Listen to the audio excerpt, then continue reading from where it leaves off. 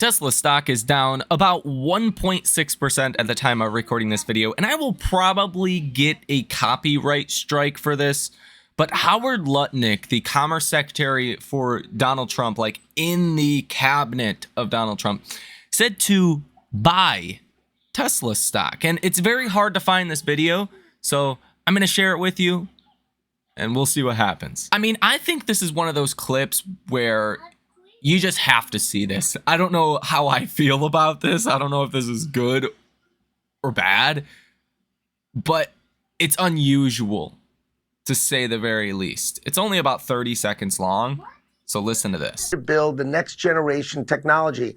I think if you want to learn something on this show tonight, buy Tesla. It's unbelievable that this guy's stock is this cheap. It'll never be this cheap again. When people understand the things he's building, the robots he's building, the technology he's building, people are going to be dreaming of today and Jesse Waters and thinking, gosh, I should have bought Elon Musk's stock. I mean, who wouldn't invest in Elon Musk? You got to be kidding. All right, so you're calling. What a bombshell that was. I can't recall ever anyone in a government position telling people to buy a private company's stock. That's a day to remember. Neither here or there, we actually have a lot of news today for Tesla that you need to know. Now, Dan Ives says today that Tesla stock is facing a quote-unquote crisis, but offers steps to rebuild confidence. I think Tesla has been in a crisis for a while. I don't think it's a business crisis. I think it's a confidence crisis, a sentiment crisis around Tesla on Wall Street. I think the business is doing just fine, and there's plenty of indications of that I've shared with you almost every single day. For an example, the Tesla Model Y absolutely dominated in EV sales in China last week, with sales over 9,451. The next closest model in the number 2 spot only sold 1,390. This is really a trend that's going to continue, I think, for many, many, many months, and probably throughout the rest of this year. And quite frankly, I think the overblown negative sentiment is exactly that, overblown negative sentiment, and that is what has drove Tesla to fall 50%. I also think there are some recession concerns out there, and that is why you've seen momentum stocks really get killed. And I think that's another reason why Tesla is under pressure today. All things equal, I think Tesla would be doing very well if it was not for Trump's comments this morning and Jerome Powell yesterday. Now, as I explained yesterday, Jerome Powell is your friend, okay? But Jerome Powell sounded like he's a little concerned about the economy, more concerned about the economy than inflation. Okay, and they revised their inflation estimates up and lowered their growth estimates, but said they're still going to cut rates twice. And Jerome Powell said if things get bad, they're in a position to cut a lot faster. And quote unquote, if we start to see firings, the unemployment rate is going to rapidly rise. Now, Donald Trump this morning says the Fed should cut rates to ease the economy's transition to his tariffs. So Trump doubled down on tariffs coming April 2nd, but also saying, again, the Fed should cut rates because of tariffs is like saying the Fed should cut rates because tariffs are going to hurt the economy, and it's better to get ahead of that than to be reactive to that. Donald Trump said, quote, the Fed would be much better off cutting rates as U.S. tariffs start to transition, ease their way into the economy, Trump wrote. Do the right thing. April 2nd is Liberation Day in America. So not exactly suggestive of a super strong economy, at least in the short term. And, you know, again, what Powell said yesterday was like, yeah, well, we're leaning towards the economy's going to get worse.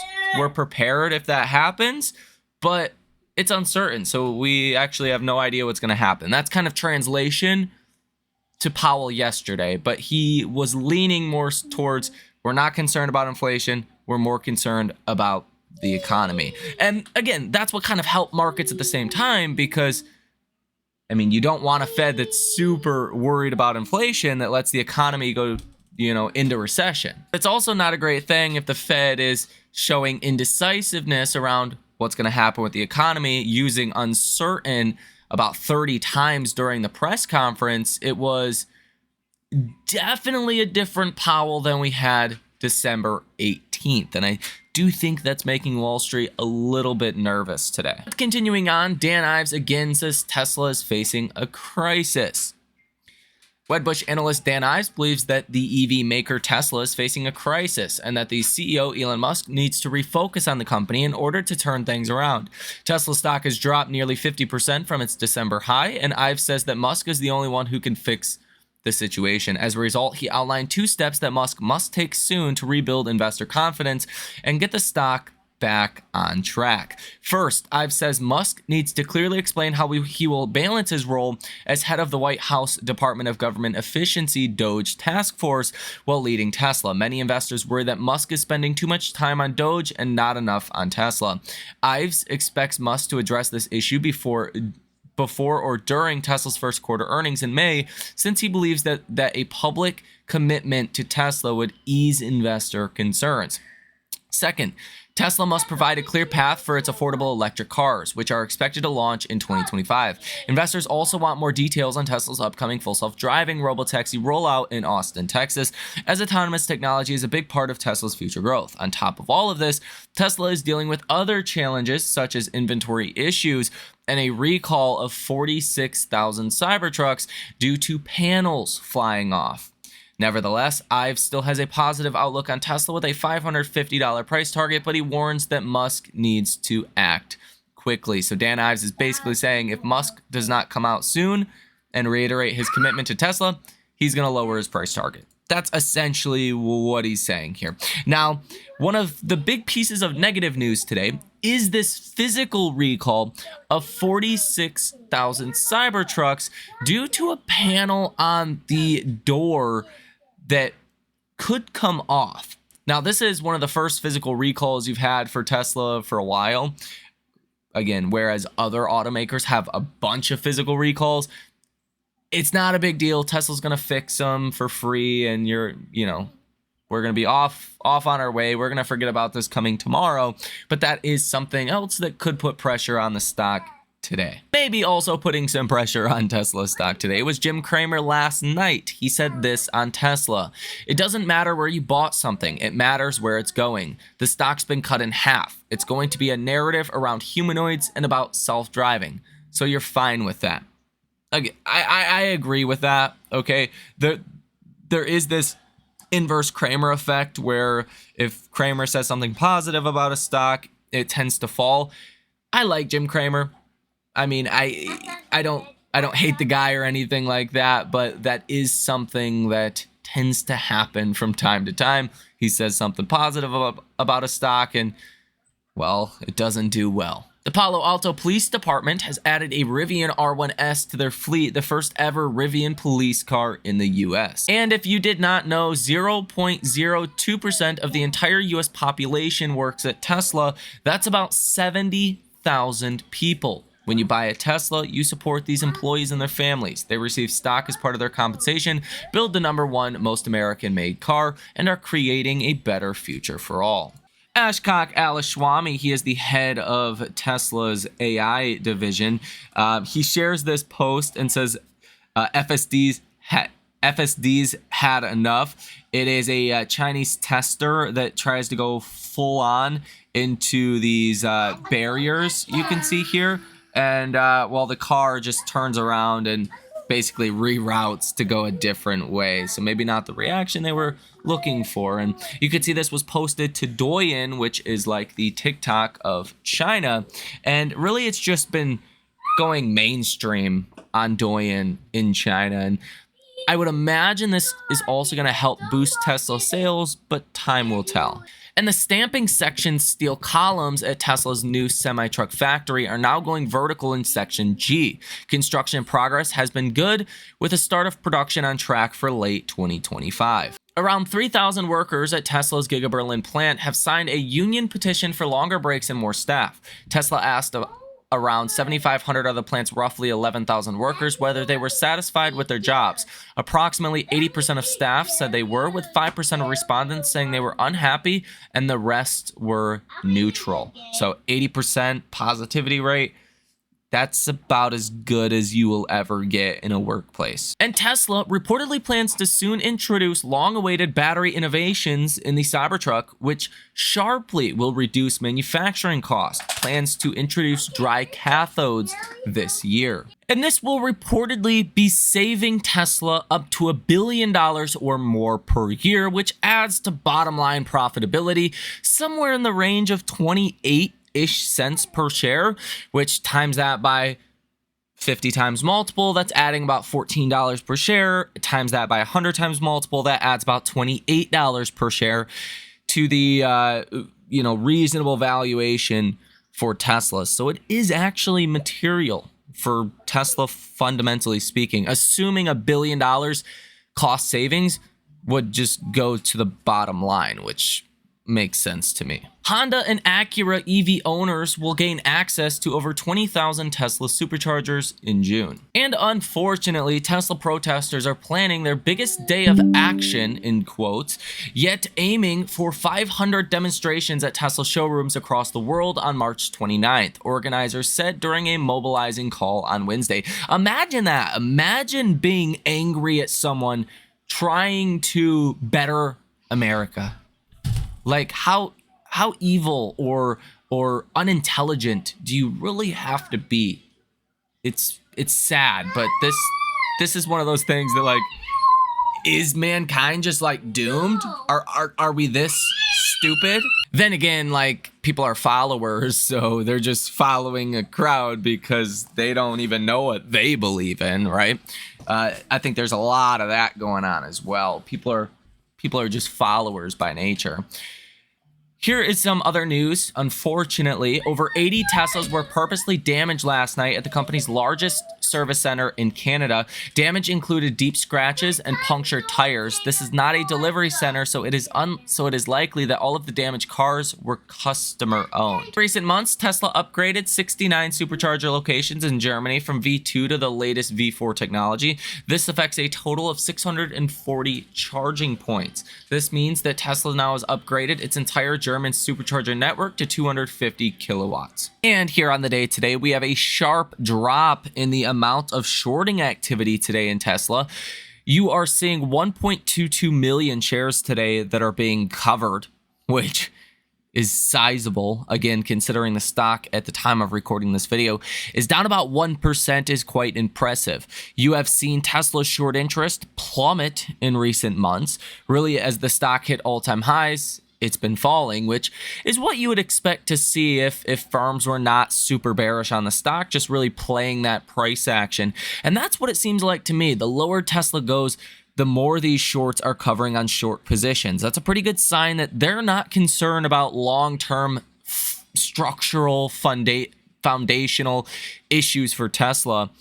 They see, they don't want to be bearish on Tesla anymore, which makes a whole lot of sense to me after such a massive decline. And here on the day today, you have 86 different option trades totaling $45 million with a positive order value of 63%. As far as Google Trends data, if we look at worldwide search trends, the numbers are roughly similar to what you had last year. The Model 3 this day last year was at 18. Today it's at 17. Not a big change. Model Y last year was at 19. Today it's at 20. Cybertruck last year was at 19. Today it's at 20. The Model S last year was only at 6. Now it's at 10. And the Model X last year was at 5, and it's still at 5. So some models look like they're even doing better than this same period last year. And if we look at the United States, search trend activity also looks pretty good here. From this same period in time of 2024, the Model Y was at 14. Today it's at 16. Model 3 was at 12. Today it's at 13. Model S was at 5, as well as the Model X was at 5. Today the Model S is at 9 and the Model X is at 5. Cybertruck today is at 19. This same period in time last year, it was at 22. Now, what you tend to see happen over, the next couple of months is an uptick in search trend activity. So we should expect to see that over the next couple of months.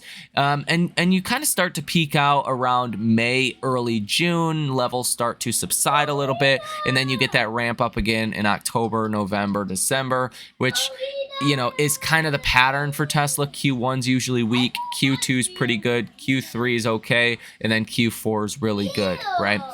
You're still following that same trend, even though you do have these quote unquote brand issues. It doesn't actually look like the deliveries of Tesla are all too impacted, from at least what I can tell.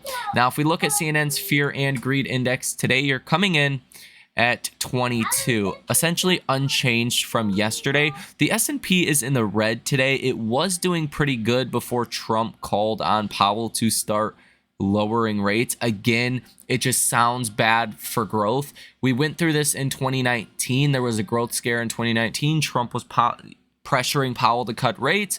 Powell was concerned about inflation, concerned they were not, quote, even close to neutral. And then within about a month, Powell capitulated as stocks fell.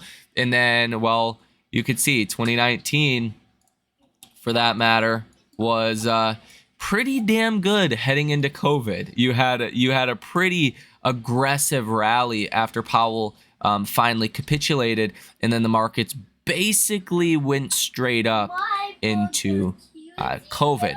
So, some people are going to point to that and say that could happen again. And while anything's possible, right now it's all about the growth scare, the growth concern. And unfortunately, Powell kind of confirmed that the economy is going to get worse from here, right? He's more concerned about the economy. And Trump sounds like he's concerned about the economy as well. So from kind of that perspective, why would you go out and get ahead of that and buy stocks now if the economy gets worse?